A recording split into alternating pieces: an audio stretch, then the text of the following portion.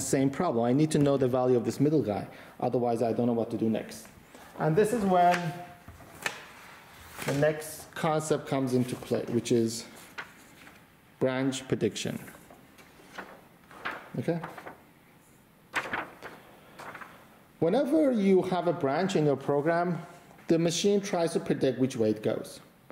And in this case, there isn't much structure here, so the way this algorithm is implemented, this branch is going to be 50-50. 50% of the time it's going to go here, and 50% is going to go there.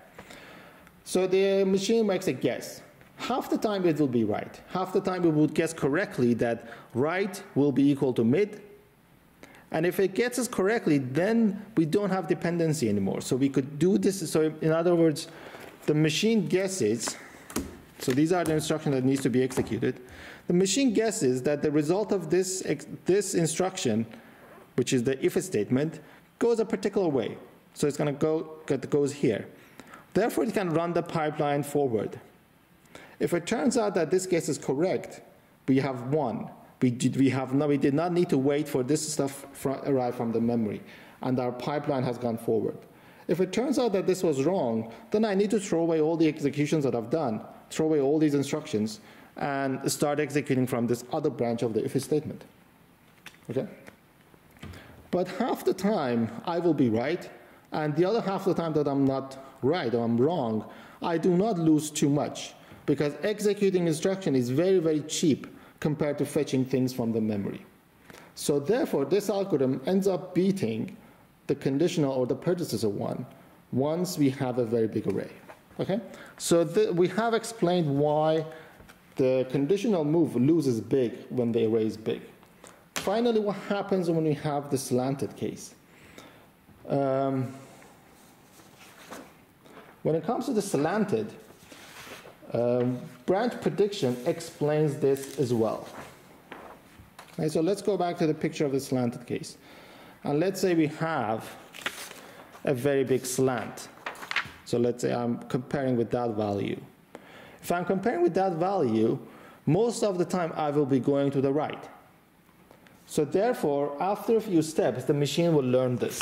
Will learn that most of the time, this branch goes here.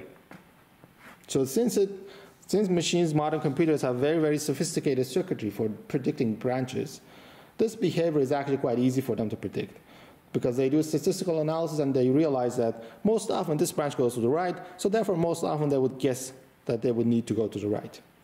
So therefore they would choose to go to the right. What happens when you go to the right? Well, you would pipeline. You can pipeline the first iteration, maybe the second iteration, maybe the third iteration, and so on, depending on how much your slant is.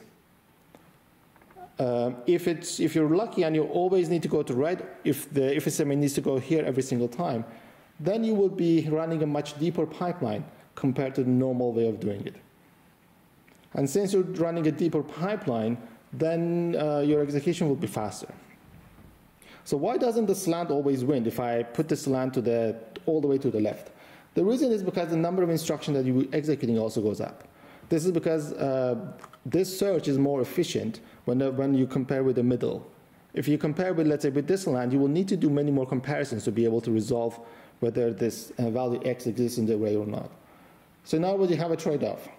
As you move the slant to the left, your pipelining becomes more efficient, but your algorithm becomes worse.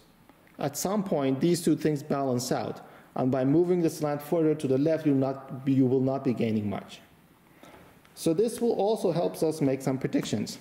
If the memory latency is low, is extremely low, then the predecessor or the pred-based or conditional move algorithm wins.